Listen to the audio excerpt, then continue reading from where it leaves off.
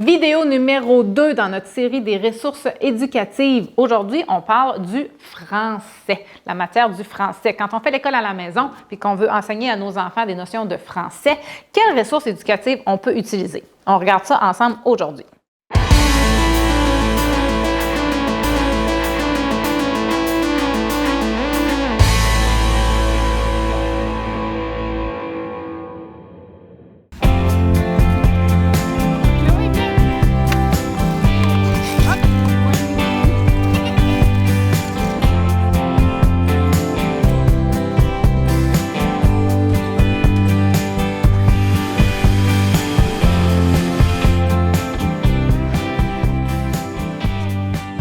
Le français, cette belle matière qui prend tant de place dans notre école maison. Je ne sais pas chez vous, mais chez nous, c'était la matière sur laquelle j'ai vraiment mis le plus d'accent. Peut-être c'est parce que mes enfants, on habite en Colombie-Britannique, qui ont une tendance anglophone assez forte. Donc, quand c'était le temps d'apprendre le français puis à le lire, à l'écrire, chez nous, j'ai mis un gros accent là-dessus. Donc, aujourd'hui, je vais vous parler un petit peu les ressources que moi j'ai utilisées dans mon école à la maison. J'ai utilisé beaucoup de choses, donc je vais essayer de faire un gros sommaire de ce que j'ai utilisé. Mais d'abord et avant tout, avant de vous dire qu'est-ce que j'ai utilisé comme ressources, sachez que la chose la plus importante que vous devez savoir, et je le dirai jamais assez, c'est que vous avez besoin de savoir quoi enseigner. Pas juste le comment le faire, mais savoir quoi faire. Donc la première chose que je vous nomme ce matin, parce qu'ici c'est le matin, c'est des endroits où vous pouvez aller trouver des listes de notions à voir. Toutes les choses qui sont à apprendre pour le français, peu importe votre niveau. Moi, je parle beaucoup du primaire, là, parce que mes enfants sont au primaire.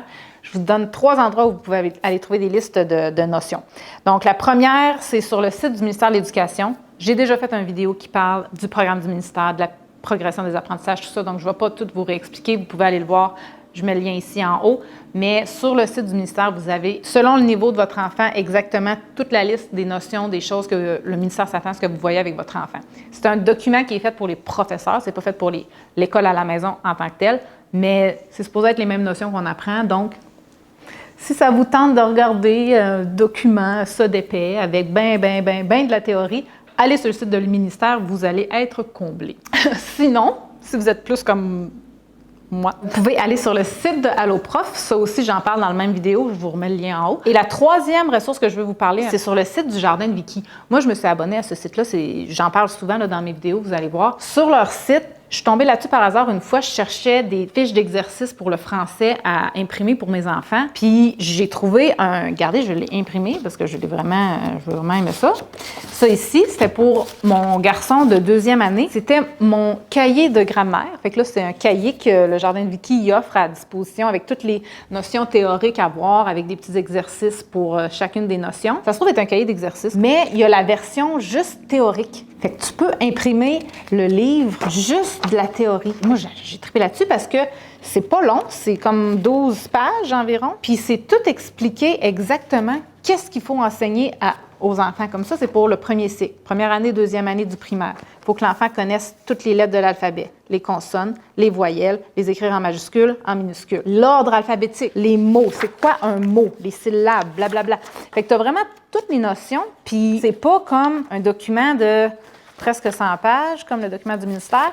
C'est concis, c'est pratique. Puis moi, tout au long de l'année scolaire, je me référais à ça. C'est plate parce qu'en vrai, je l'ai découvert, ça, c'était rendu tard dans l'année, mais ça m'a quand même permis de m'assurer que j'avais vu pas mal toute la matière à voir avec mes enfants. Je l'avais téléchargé pour le 2e cycle aussi parce que ma fille était en 3e année, elle était une année plus vieille. Donc ça, c'est les 3 endroits que je vous recommande. Donc le Jardin de Vicky, Alloprof et le programme du ministère.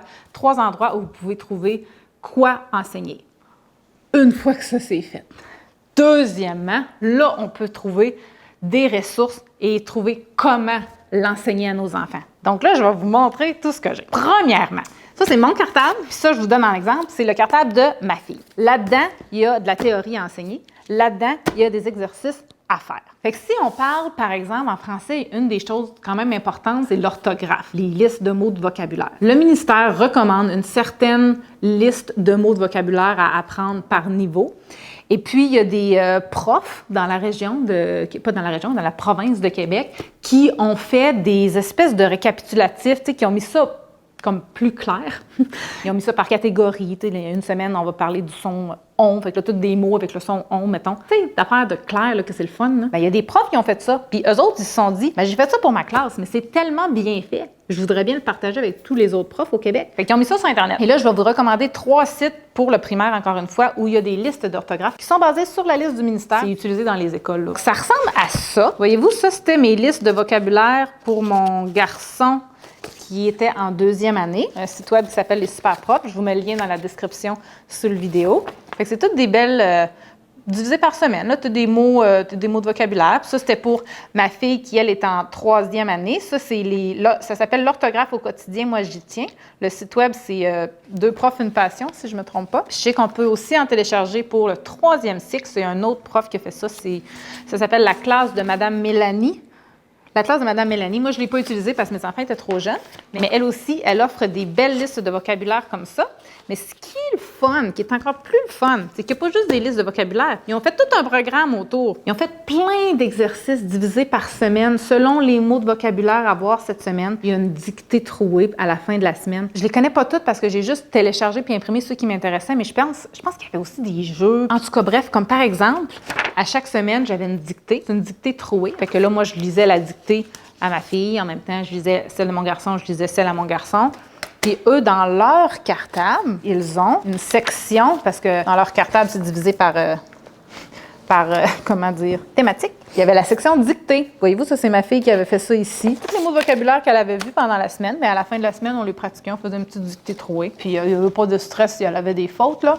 Puis il y avait aussi l'orthographe au quotidien, moi, j'y tiens. Ça, j'ai trouvé ça vraiment cool. 3e année du primaire. Eux, ils offrent en plus des dictées puis des mots de vocabulaire, tous des exercices de grammaire. Fait que ça, c'est la première semaine. Ça, c'est les mots de vocabulaire qu'elle voyait cette semaine.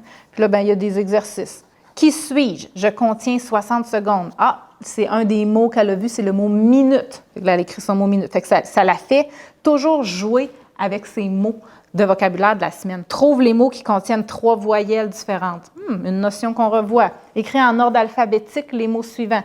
Toujours basés sur les mêmes mots. Fait que les enfants, ils jouent avec ces mots-là toute la semaine. Fait que ça aide à ce que ça rentre dans la cocologie. Donc, je vous recommande vraiment beaucoup ces 3 sites-là que des profs du Québec ont partagé avec le reste de la population. Je trouve que c'est super bien fait. Donc, si je les renomme, les super profs, l'orthographe au quotidien, moi j'y tiens, et puis la classe de Mme Mélanie. Tous les liens sont sous la vidéo dans la description. Pour l'orthographe, j'ai aussi utilisé une autre chose, je dois le dire. J'ai trouvé ça à la librairie, je pense, ou Costco, je ne me souviens plus trop quoi. C'est des cartes éclairs. Toute ma 2e année, toute ma 3e année, toute ma 1re année. Je ne sais pas si vous avez déjà vu ça en magasin. Puis ça, j'avais acheté juste le petit paquet de mots de vocabulaire pour la 2e année. Parce que je trouvais ça le fun de faire lire à mon garçon les mots comme ça. Puis je me suis rendu compte, après pas très longtemps, que c'est les mêmes mots qui font partie justement de ces listes-là parce que c'est les mots officiels recommandés par le ministère de l'Éducation. Fait que toute ma 2e année, toute ma 3e année, si jamais vous voyez ces collections-là, moi, je les ai utilisées un petit peu. Ça, c'est pour la 2e année, les mots de vocabulaire. Mais là, si on transfère puis qu'on quitte le volet orthographe puis qu'on s'en va dans la section grammaire, écriture, je vais vous montrer le kit complet que j'avais acheté. Ça, c'était pour la 1re année, donc c'est l'année d'avant. Ça, j'avais pogné ça au Costco, je m'en souviens très bien. Il y a du français, mais il y a aussi des mathématiques. Fait que si je prends les 2 de français, j'avais des mots étiquettes. Là, je vous les montre juste parce que c'est le fun. Pour la 1re année, ils sont super bien faits parce que tu as le mot décrit ici, mais tu as aussi l'image. Fait que ça donne un petit indice à l'enfant, mais ça ne révèle pas non plus c'est quoi le mot. T'sais. Fait qu'en tout cas, bref, moi, j'ai utilisé pas mal les cartes éclairs avec mon garçon, surtout, pour pratiquer sa lecture. On en faisait presque à tous les jours qu'on faisait de l'école à la maison. Je faisais un petit peu de lecture de mots de vocabulaire avec lui. Puis éventuellement, on a transféré vers des textes. Mais au début, c'était juste des mots de vocabulaire. Le 2e petit truc de français qu'il y a dans ça, que j'ai quand même utilisé pas mal aussi avec lui, parce que c'était juste plus le fun de faire ça sur des cartes que de faire les mêmes notions, mais sur une feuille de papier. Puis ça, c'est avec maman en plus, fait que c'est encore plus le fun. Il y a différents exercices. Ça, ici, c'est « Trouve le son manquant ». TR, tr, tr. C'est quoi le son qui manque? Un. OK, le son 1. Tu regardes l'autre barre, tu as la réponse. Est-ce que ça prend une majuscule ou une minuscule? Père Noël. Je suis même pas sûre. Majuscule. Quelle est la première lettre de ce mot? P ou Q? Fait qu'en tout cas, bref, il y a plein de petits exercices. C'est des cossins à acheter, on va se le dire. Vous pouvez très bien acheter un cahier d'exercice, puis toutes ces notions-là sont révisées dans le cahier d'exercice. C'est juste que ça, c'est une manière différente d'amener la matière. Puis des fois, c'est juste ça que ça prend pour stimuler l'enfant. Bon, fait que ça, c'est mes cartes claires. Ensuite de ça, ce que j'ai utilisé beaucoup, puis là, je retombe dans le cahier d'exercice de ma fille, c'est jardindevicky.ca. Ça a été mon go-to. Comment on dit ça en français? J'y revenais toujours, là. Tu sais, quand j'avais des exercices que je voulais faire puis que j'avais besoin d'exercices, de fiches, de matière, j'allais sur le site du Jardin de Vicky, je tapais ce que je cherchais puis je trouvais pas mal tout le temps ce que j'avais besoin. Donc, ça ressemble à des petites fiches d'exercice. Ça, ici, c'est des fiches d'exercice de français. Ça, c'était des devinettes. Donc, c'était de la lecture qu'elle pouvait pratiquer. Je peux casser sous pression. Je rime avec mouton. Grâce à moi, tu peux écrire et dessiner et on m'utilise avec du papier. Oh, ça ressemble à un crayon. Fait que là, ça pratique la lecture puis en même temps l'écriture. Fait que c'est toutes des petites fiches d'exercices que vous pouvez trouver sur son site. Il y en a plein. J'ai de la misère à tourner mes pages. Bref, pour la grammaire, j'ai utilisé beaucoup les fiches du Jardin de Vicky. Encore sur le site, j'avais téléchargé des cartes à tâches. Sont où mes cartes à tâches de français? C'est toutes les maths. Ah non, il y a ça qui est de français. En tout cas, je ne sais pas sont où les autres, mais bref. Par exemple, comme pour pratiquer la lecture avec mon garçon qui était en première ou deuxième année, ça, je me souviens plus.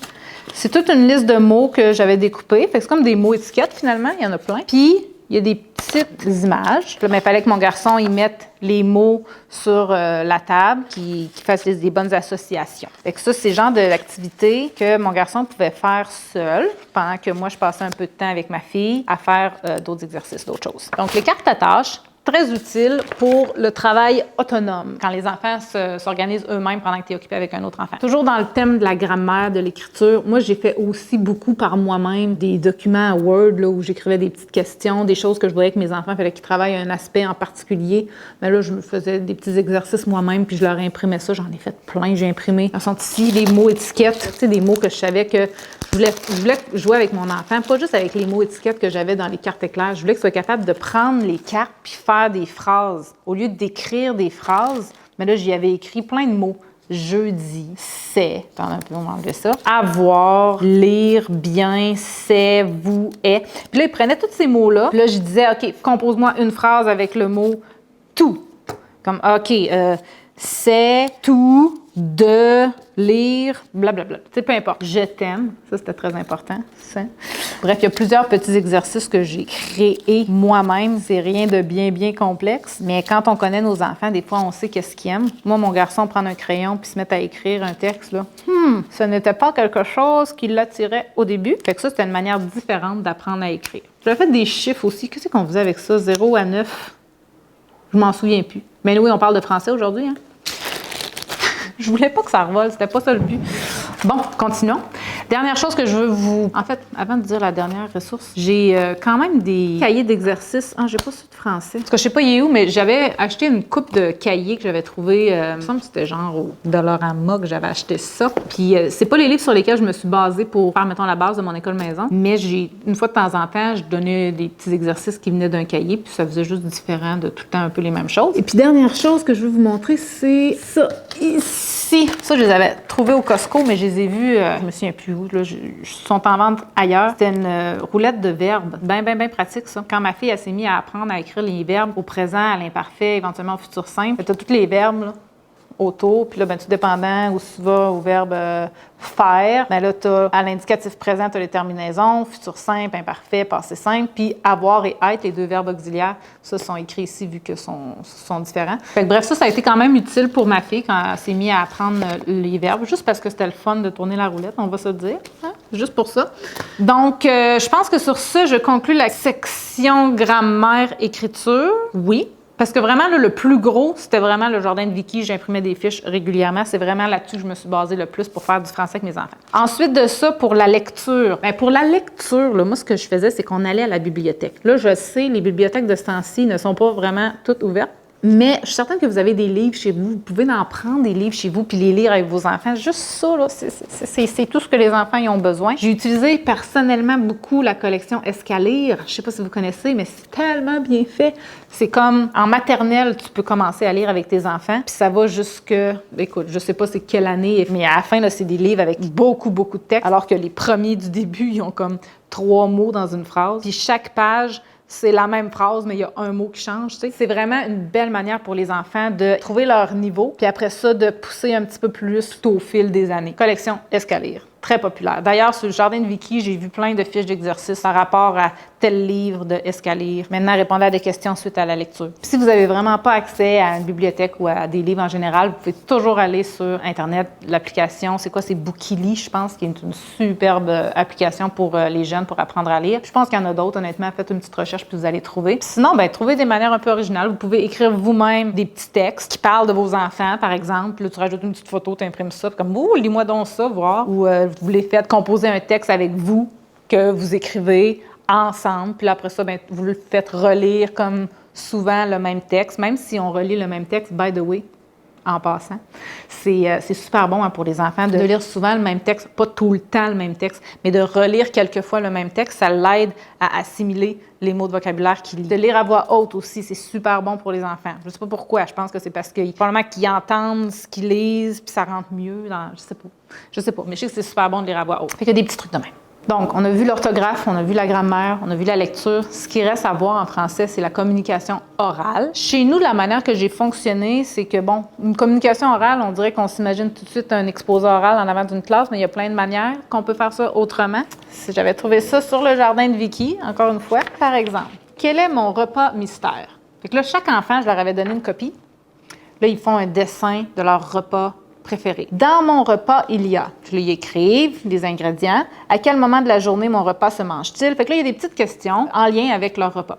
Mais là, après, au lieu d'arrêter là, j'ai dit aux enfants, OK, maintenant, prends ta fiche, montre-la pas à ta sœur ou à ton frère, et puis dis-nous la liste de tes ingrédients. Dis-nous à quel moment de la journée tu le manges. Puis là, il faut que ta sœur, elle devine c'est quoi. C'est une manière de faire un exposé oral. On avait fait aussi, c'est quoi qu'on avait fait? C'était une autre affaire de devinette comme ça, mais là, c'était à papa qui l'avait fait. Il fallait que papa devine. Et c'est des manières un petit peu différentes qu'on peut amener un exposé oral autre que présente-nous une planète du système solaire. On l'a tout fait. Ah oui, puis ils peuvent aussi faire une vidéo. Communication orale, c'est juste de parler en public. Vous pouvez faire une vidéo avec votre enfant aussi. C'est une autre manière originale que j'aime bien. J'ai jamais fait, en fait. OK, ensuite de ça, dernière chose que je veux vous parler, en fait, pas dernière chose, avant-dernière chose. Une fois que vous avez toutes vos ressources puis que vous savez un petit peu de quelle manière vous y prendre pour enseigner le français, il faut comme vous assurer d'une certaine manière que la matière est rentrée. Fait que moi, la manière que je fonctionnais, c'est que je faisais à la fin de la semaine une petite dictée trouée, que je vous ai déjà montrée, pour les mots de vocabulaire, puis je faisais un petit jogging. Fait que là, le jogging, c'était 10 questions que je posais à mes deux enfants. Chacun avait leur liste de questions différentes. Puis c'est moi qui les inventais là, au fur et à mesure. Si mon enfant avait vu pendant la semaine la ponctuation, j'allais intégrer ça dans les joggings de la fin de la semaine. Je faisais 5 questions de français, 5 questions de mathématiques pour un total de 10 questions. Puis là, checkez bien la petite twist qui fait que c'est le fun, c'est que dans leur cartable, ça, en fait, les questions, je les écrivais au tableau, là. Moi, ce tableau-là, autrefois, c'était un tableau d'école. J'écrivais les questions, puis eux autres, dans leur petit cahier Canada, genre, ils écrivaient leurs réponses. Et une fois que le jogging était corrigé, parce que je le corrigeais avec eux à la fin, bien là, ça, c'est encore quelque chose que j'ai imprimé de deviner quel site.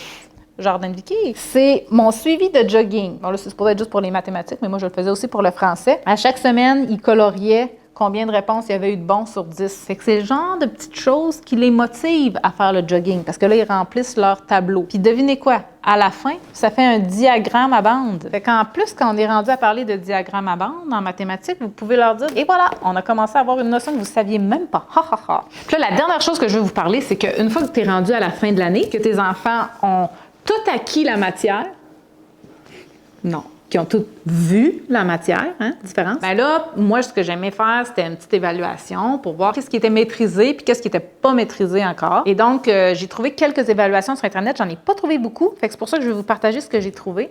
Sur le jardin de Vicky, j'en avais trouvé quelques-unes, des petites évaluations. Puis j'en avais trouvé aussi sur...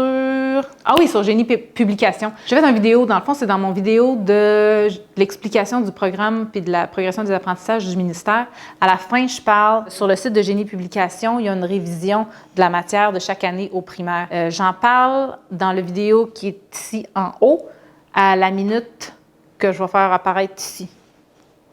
Parce que je ne sais pas par cœur. Puis Il y en a probablement d'autres, des évaluations que vous pouvez trouver en ligne. Moi, j'en avais pas trouvé beaucoup, fait que c'est pour ça que je vous partage ces deux-là. Si vous en connaissez d'autres, pouvez-vous les écrire dans les commentaires en dessous du vidéo. Je pense que ça peut être utile à d'autres personnes. Et d'ailleurs, si vous avez d'autres ressources que vous utilisez, d'autres matériels que j'ai pas pensé de parler, s'il vous plaît, écrivez tout ça dans les commentaires, que ça puisse être lu par plusieurs après. Ça fait le tour des ressources que j'utilisais moi pour le français. J'espère que ça peut vous aider. Dans la prochaine vidéo, on parle des ressources pour les mathématiques. On se revoit bientôt. Bye bye!